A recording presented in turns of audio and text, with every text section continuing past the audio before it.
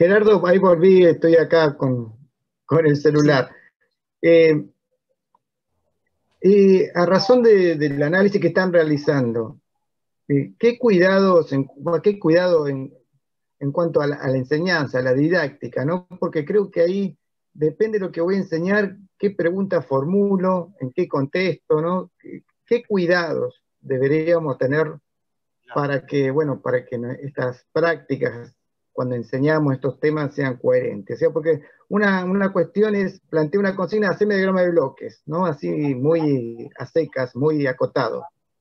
Y habría que plantear otro tipo de formulación, otro tipo de acompañamiento cuando se solicita estas representaciones de los procesos. Bueno, una primera cosa que tenemos que cuidar, como decía hoy Abel, es ir de lo simple a lo complejo. No podemos pedir un diagrama de bloques en primer ciclo o en la primera clase del segundo ciclo, sino que vamos arribando de a poco, ¿no? Por ejemplo, lo que a mí me dio mucho resultado para que los alumnos entiendan el diagrama de bloques es ir definiendo sistemas unitarios, es decir, un solo bloque con los flujos de qué entra y qué sale. Y eso permite mostrar qué función cumple ese componente del sistema. Y después de a poco ir ampliando, ir agregando otros componentes del sistema y cuáles son los flujos de materia, energía e información, es decir, qué relación hay entre cada uno de los componentes y cómo contribuye cada componente a la función del sistema en su totalidad. Y esto de ir de lo simple a lo complejo tiene mucho que ver con el desarrollo histórico, ¿no? Primero el hombre diseñó y fabricó productos más simples y después a lo largo del tiempo se fueron complejizando. Entonces, en unas primeras etapas yo puedo pensar en las tecnologías más primitivas, cuáles fueron las primeras herramientas que se usaron, cómo se fueron complicando, cómo se fueron complejizando, cómo apareció después la transferencia del esfuerzo muscular a otras fuentes de energía como la hidráulica, la eólica, y yo creo que siguiendo un poco el sentido histórico vamos a lograr que todos los conceptos sean más fácilmente entendibles y vamos a lograr de esto de ir de lo simple a lo complejo. Eso por un lado. Y por el otro lado, con el cuidado epistemológico, como decíamos al principio, si yo tengo muy bien claro qué ciudadano quiero formar y para qué, cómo contribuye este contenido que yo estoy enseñando, este contenido que yo seleccioné a ese ciudadano que quiero formar, si tengo bien claro eso, voy a tener claro cuáles son las ideas principales que de ese contenido el estudiante debe apropiarse. Definiendo Bien, esas ideas, esas unas 4 o 5 ideas básicas por contenido, seguramente voy a poder arribar a muy buen puerto y además me va a facilitar mucho la evaluación. Si esos conceptos a los que yo apunto el estudiante realmente se apropió, lo voy a poder evaluar mucho más fácilmente que si yo elijo una actividad porque resulta motivadora, pero no tengo en claro qué contenidos puedo trabajar a partir de esa actividad. bien. Carlos, ¿alguna acotación que quieras realizar sobre la misma pregunta, sobre esta forma de plantear las preguntas, de acompañar en la construcción de estas representaciones? Sí, mirá, yo lo que quiero es reforzar esto último que dijo, todas estas cosas que está diciendo eh, Gerardo, en el sentido de que nosotros cuando enseñamos procesos, esto se ve muy clarito en el desglose de los NAPU, en los diseños curriculares provinciales. Cuando enseñamos procesos, en realidad eh, la palabra proceso es como un gran campo conceptual de la educación tecnológica. Cuando digo campo es porque es una trama de una cantidad enorme y riquísima de conceptos que están ligados y que además el estudiante se va apropiando de esos conceptos a lo largo de la escolaridad, a lo largo de una trayectoria, ¿no? Hay una gradualidad en el aprendizaje de los procesos y de las técnicas y de los medios técnicos y de las tecnificaciones. Entonces, esta gradualidad tiene que ver con el uso de los medios de representación. Lo que acá queremos mostrar es justamente la complejidad con la cual trabaja todo docente de educación tecnológica a lo largo de la escolaridad de los pibes, ¿no es cierto?, usando medios de representación. Voy a dar un ejemplo tomando rescatando algo muy interesante que hoy recrearon nuevamente Silvina y Daniel, ¿no es cierto?, que los medios de representación tienen estos niveles, el nivel de los medios de representación en activos, que tiene que ver con que el pibe representa lo que hace, el proceso que hace haciéndolo, o sea, desde la acción, desde los gestos técnicos que, por ejemplo, estamos procesando duraznos, bueno, lo ponemos al pibe a pelar duraznos, ¿no? Y después a cortarlos y después a cocinarlos. Todos estos gestos técnicos, toda esta acción técnica, todo este sistema de actividades que los pibes pueden desarrollar en el aula taller de tecnología preparando mermelada de duraznos, es de alguna manera una representación corporal en activa del proceso. Después les podemos pedir, después que lo han hecho, supongamos que estamos trabajando con pibes de primer ciclo o de segundo ciclo de la primaria, después le podemos pedir que lo dibujen, o sea, que dibujen las operaciones, que se dibujen ellos mismos, pelando duraznos, cortándolos, cocinándolos, etc. Esta sería una representación icónica, que es la segunda forma que hoy nos contaba Silvina, ¿no? Donde pasan de una representación corporal, de una expresión corporal, a gestual, en activa, a una representación icónica donde ellos dibujan lo que hacen, ¿sí? Y finalmente, en un grado posterior, o esto también lo pueden hacer con ayuda del docente, pasan a un diagrama de flujo, un diagrama de bloques, donde se muestra, donde una operación, donde, por ejemplo, la operación era revuelvo con una cuchara, ya aparece un diagrama de bloque que no dice revuelvo con una cuchara, aparece un diagrama de bloque que dice mezclado. O una operación donde está cortando con un cuchillo un durazno, el dibujo, y en el diagrama de bloque aparece simplemente un rectángulo en cuyo interior dice cortado. Ahora, esto no significa, nosotros hemos puesto el énfasis ahora en los diagramas de bloque, pero esto no significa que no haya otros medios de representación posibles para representar la complejidad de los procesos. Yo sostengo que cuanto más medios de representación o más lenguajes tecnológicos, lenguajes técnicos utilicen los estudiantes en el aula, a propuesta del docente, cuanto más lenguajes utilizan, más poderosas son las conceptualizaciones, más se apropian de los conceptos los estudiantes a lo largo de la escolaridad. Es decir, que son valiosísimos, no solamente los diagramas que estamos mostrando acá, porque tenemos poco tiempo y no podemos mostrar todos, pero son valiosísimos, como se mostró hoy a la mañana, son valiosísimos también las recetas, o sea, los instructivos escritos, son valiosísimas las tablas, son valiosísimos todo otro tipo de diagramas, ¿no es cierto? Son valiosísimos los distintas formas de representación que cuanto más utilicen los alumnos, cuanto más conceptos involucrados hay. Es decir, esto es como el lenguaje hablado. Es decir, mi capacidad conceptual, mental, se amplía cuando yo amplío mi vocabulario, ¿no? Y esta sería una forma patente de alfabetización tecnológica. Es decir, amplío el alfabeto oral, escrito y gráfico de nuestros alumnos para poder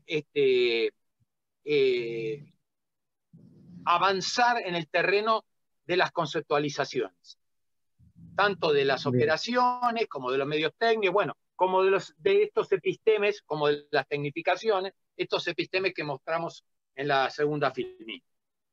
Bueno, buenísimo. Patricia, ¿me hace el favor de ir a la diapositiva 6? Voy a cambiar rotundamente. Bueno, acá, ya, en la 6, en la anterior. La anterior a esa es. Bien, gracias. Ahora paso directamente a otro tema, ¿no? El análisis de las formas de obtener energía eléctrica, ¿no? Y en el desarrollo, en el análisis y desarrollo de este tema, estoy hablando de las prácticas escolares, se presentan o se evidencian las carpetas, los mismos docentes nos comentan, que empiezan a enseñar los procesos de obtención de energía eléctrica dando cuenta de que la energía hace una taxonomía de las formas de energía, y si miramos la carpeta del profe de Ciencias Naturales, como que tiene el mismo contenido, ¿no? Es como que vemos que hay una especie de espejismo, ¿no? Como que dos espacios curriculares diferentes estarían mostrando en sus respectivas carpetas de los estudiantes la misma forma. ¿Qué estaría sucediendo en ese caso? O sea, le corresponde al profesor de educación tecnológica enseñar ese concepto de energía y formas de energía en la clasificación, y si no lo dice, ¿cómo puede dar cuenta de esas transformaciones, ¿no? Es como que hay una tensión. ¿Qué explicación, qué clarificación nos pueden hacer al respecto, Carlos y Gerardo? Que empiece Gerardo. Bueno, yo empiezo y después vos lo completás muy bien.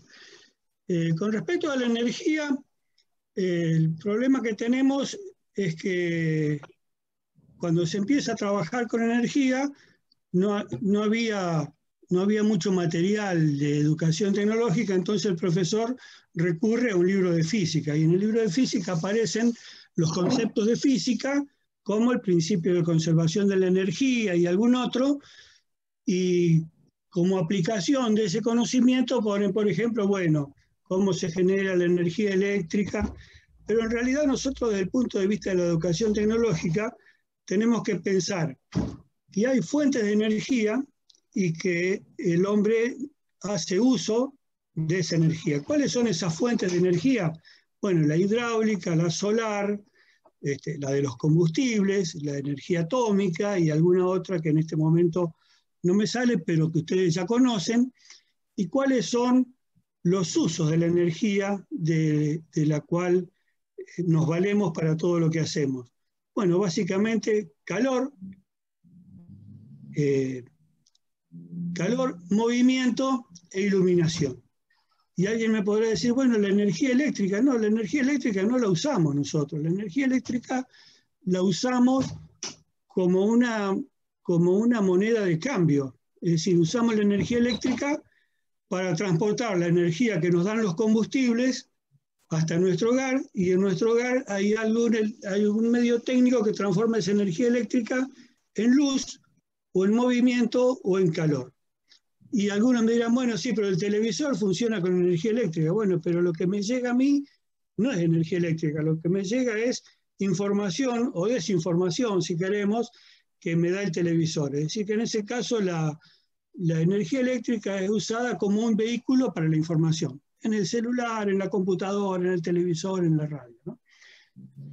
Hay algunas excepciones, por ejemplo, en algunos procesos se utiliza la energía eléctrica directamente, como por ejemplo tienen en Puerto Madryn la separación del aluminio que se realiza por electrólisis, o el proceso de galvanoplastía, que es el que se usa para las chapas galvanizadas o los caños galvanizados. Pero en realidad lo que tendríamos que pensar, y un concepto importante en educación tecnológica, es la eficiencia, el rendimiento, ¿no? Cuanto mayor cantidad de transformaciones de una forma de energía en otra realizamos, siempre vamos perdiendo algo por el camino. Y ahí podemos hacer un diagrama de bloques, con todas las operaciones de transformación de energía, y en todas las operaciones va a haber una flechita de energía que se va a una nube, o sea que se disipa el medio ambiente en forma de calor. Pero no tendríamos que pensar eso solamente, podríamos pensar, quiero decir, en despegarnos un poco de la energía eléctrica, ¿no? Lo que decían recién en el conversatorio que nos precedieron de las tecnologías entrañables. Si yo vivo en el campo y tengo viento y necesito una heladera, necesito enfriar la bebida o los alimentos, uno normalmente piensa en una heladera que sea eléctrica, entonces, bueno, un generador eólico que me genere electricidad, la electricidad me mueva la heladera, me accione la heladera y la heladera enfría. En realidad se podría directamente comprimir aire y luego expandirlo con un compresor anexado al eje del motor eólico, y al expandirse ese aire o cualquier otro gas, se produce un enfriamiento. Entonces yo tendría, por ejemplo, ¿no? Es uno de los problemas que yo daba en el profesorado para trabajar estos conceptos de las transformaciones de energía. Y que tiene que ver un poco con las tecnologías entrañables, es decir, desnaturalizar lo que está institucionalizado, ¿no? Es decir, bueno, ¿por qué pensamos siempre en algo eléctrico? Bueno, la electricidad se usa, es útil, pero digamos que no es lo que usamos directamente, sino que es una moneda de cambio, es un medio que utilizamos porque tiene facilidad para el transporte y la distribución. Mucho más difícil es transportar la energía de otra manera. Bueno, eso como introducción. Le doy la palabra a Carlos y después podemos agregar algo más. Bien. Bueno, yo lo que quería era, sí, es cierto lo que vos decís y lo que decía Pedro también. Acá es indudable que, y es lo que permanentemente tenemos que clarificar, que una cosa es el conocimiento científico y otra cosa muy diferente es el conocimiento tecnológico. Muchas veces encontramos docentes de ciencias naturales o hasta de sociales, enseñando contenidos de educación tecnológica. Y viceversa, encontramos docentes de educación tecnológica enseñando contenidos de ciencias. Y bueno, esto es un aprendizaje por parte de ambos colectivos docentes. Los docentes de ciencias tienen que empezar a darse cuenta que hay una área curricular que enseña tecnología y viceversa. Los docentes de tecnología tienen que despegarse de la ciencia aplicada. Y esto es un proceso, a mi juicio, un proceso gradual. En el caso de la energía es justamente uno de los lugares, cuando hay que enseñar energía, cuando el tema es energía, donde los docentes de ciencias y de tecnología se confunden un poco. A mí no me preocupa que haya un pequeño solapamiento. Por ejemplo, si un docente de educación tecnológica quiere enseñar transformaciones de la energía y se encuentra con que sus alumnos no conocen algunos conceptos básicos de la física, no distinguen la diferencia entre, qué sé yo, energía potencial y energía cinética, bueno, por ahí tienen que perderse algunos minutos en explicarlo, pero rápidamente como para poder avanzar en sus propios contenidos, ¿no?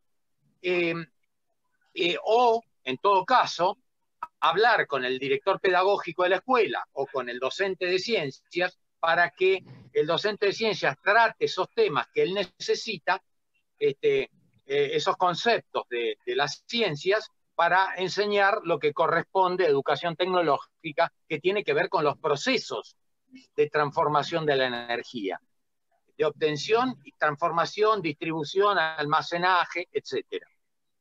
Entonces, y una vez que el docente de educación tecnológica tiene claro esto, una vez más, acá tenemos un ejemplo en pantalla, entre una representación icónica, que son las dos de arriba, y una representación simbólica, que es la de el diagrama de bloques que está más abajo.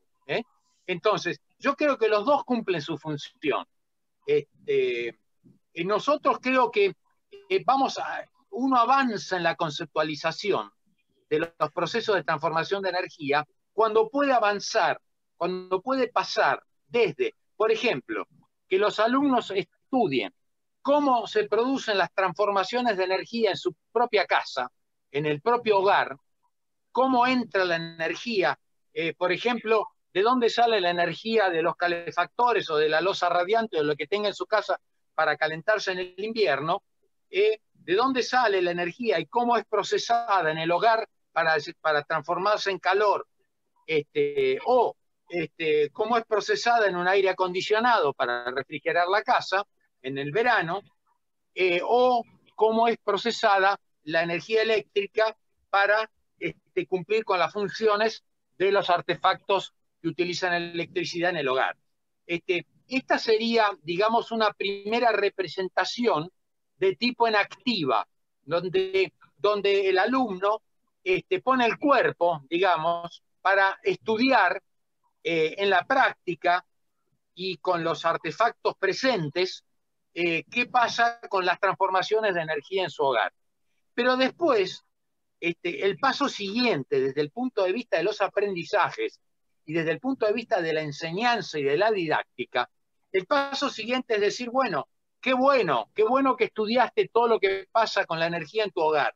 Ahora, por favor, representa los procesos de transformación de energía con diagramas icónicos.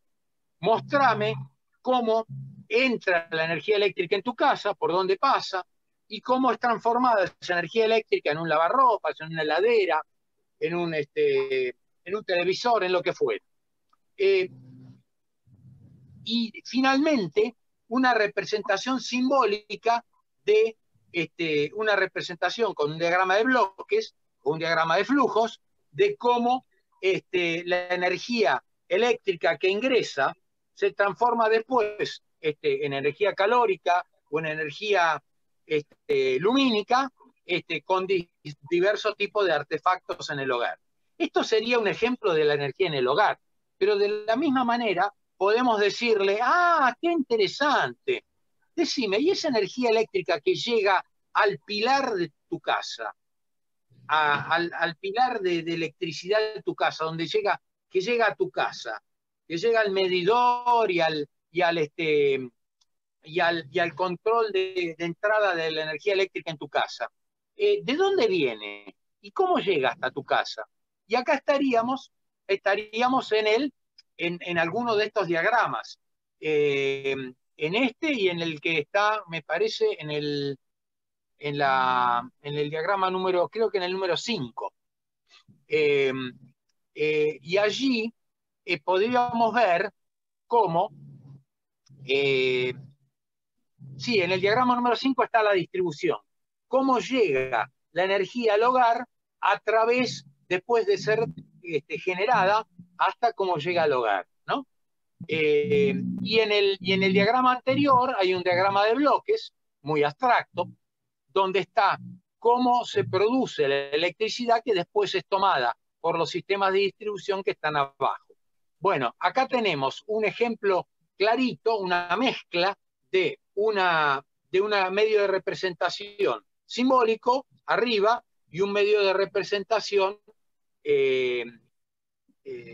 icónico abajo.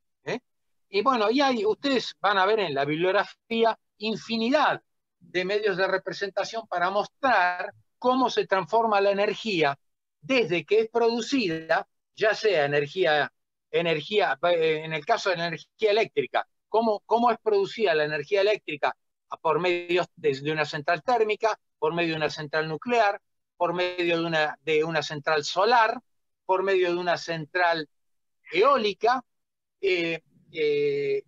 Entonces, desde que la energía es tomada como insumo y transformada en energía eléctrica y es transformada después en el hogar y convertida, por ejemplo, en energía lumínica para iluminación del hogar, hay toda una red de actividades de transformación de energía que el docente tiene ahí un esquema epistemológico que después puede transformar en propuestas didácticas, ¿sí? Que no necesariamente, como decía Silvina, tiene que ser toda resolución de problemas, sino que puede ser a partir de un cuestionario donde el docente provoque justamente la necesidad de que el alumno investigue, indague y finalmente represente de distintas formas la manera en cómo la energía se va transformando hasta, por ejemplo, ser utilizada en una fábrica o en un hogar, o en un establecimiento productivo agropecuario, por ejemplo. Esto es un poco lo que queríamos mostrar. Pedro, no sé si ya querés ir cerrando, porque Sí, me gustaría también, una antes de pregunta cerrar, para ir cerrando. bueno, pero antes de cerrar me gustaría, como síntesis, no sé si Gerardo quiere agregar antes o vos querés agregar antes, sintetizar un poquitito de qué manera nosotros encontramos que estos espacios de conversatorios que hemos inaugurado gracias al coronavirus en la provincia de Chubut, estos conversatorios pueden ser muy útiles para dialogar y reflexionar sobre las prácticas docentes. Pero no sé si quieren agregar algo antes ustedes dos. No, justamente la pregunta va por ahí, que nos plantearan ustedes qué características pudimos compartir nosotros y recomendamos para que los demás lo hagan no como un modelo, sino como otra posibilidad de análisis, para que, bueno, podamos seguir reflexionando sobre lo que hacemos, ¿no? Justamente la pregunta iba a eso, ¿qué características tendrían estos espacios de análisis, tendrían que tener para que resulten enriquecedores para todos, ¿no? Sí, yo quería agregar algo con respecto a la energía que me quedó colgado. Por ejemplo, en una de las cuestiones que se utiliza en física, el tema de la energía potencial y la energía cinética. Yo por eso decía al principio que es importante pensar qué transformaciones tenemos que hacer para lo que nosotros necesitamos, porque tecnología es solucionar problemas de índole práctica. Yo necesito calefaccionar el hogar y digo esto porque en algunos libros aparece mezclado, ¿no? Energía solar, energía eólica, energía potencial, energía cinética, como la misma cosa. Esto de energía cinética y potencial es muy de física, y en cambio en educación tecnológica lo vemos desde el punto de vista de la utilidad. Por eso transformamos una forma de energía en otra porque a nosotros nos conviene, porque nos resulta útil y práctico. Bueno, y con respecto a los conversatorios coincido con lo que señalaba recién Carlos y señalabas vos, nos ha dado muy buen resultado en los que se organizaron acá en la provincia de Chubut y es muy enriquecedor. Todos aprendemos, uno se hace nuevas preguntas, aprende cosas nuevas y tiene un contacto muy, muy fluido y muy directo con todos los participantes. Entonces es muy bueno cuando estos conversatorios son de ida y vuelta, cuando todos participamos y se pueden aclarar muchas cosas que muchas veces damos por sabida, pero que otra persona interpretó de otra manera. Bien. Bueno, yo Bien, creo que, Pedro, ya podríamos pasar a la última sí, la filmina. última, creo que ponga a las 7, por favor, Patricia, Bueno, y ya vamos cerrando con... Vamos cerrando. Yo quería comentarle a la audiencia de este conversatorio que lo que hemos intentado hacer entre los tres es mostrar cómo esta modalidad de conversatorio que nos ha legado el coronavirus, el conversatorio virtual, puede ser muy útil para hacer algo de la cual venimos hablando permanentemente y que forma parte de la didáctica general, la necesidad de la reflexión sobre la propia práctica. Y lo que también sabemos, como los docentes experimentados, es que la reflexión sobre la propia práctica se hace mucho más interesante, mucho más rica y más provechosa cuando se hace un trabajo en equipo. Es decir, cuando se hacen, esto lo ha enseñado también la psicología social, cuando se hacen talleres de reflexión sobre la práctica. Y estos talleres de reflexión sobre la práctica, que ahora llamamos conversatorios virtuales, porque hemos tenido que tomar esta modalidad virtual, el disparador de estos talleres tiene que ser siempre algún problema de la práctica. Algún problema de la práctica que ya está tomada por un observador externo, es decir, cualquier persona va, observa una clase y después hace una devolución donde observa algunas contradicciones o algunos problemas en la práctica docente y las devuelve al auditorio para que se produzca una conversación, un análisis, una reflexión sobre las dificultades epistemológicas o didácticas que aparecieron en la práctica. Otra forma otro disparador puede ser que los mismos participantes del conversatorio digan: yo, por ejemplo, estuve dando una clase de transformaciones de generación de energía eléctrica y tuve estas dificultades.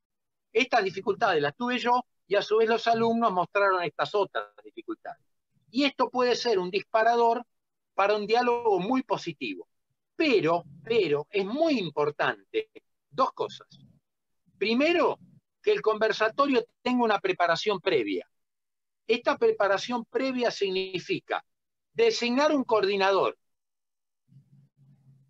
que coordina la conversación.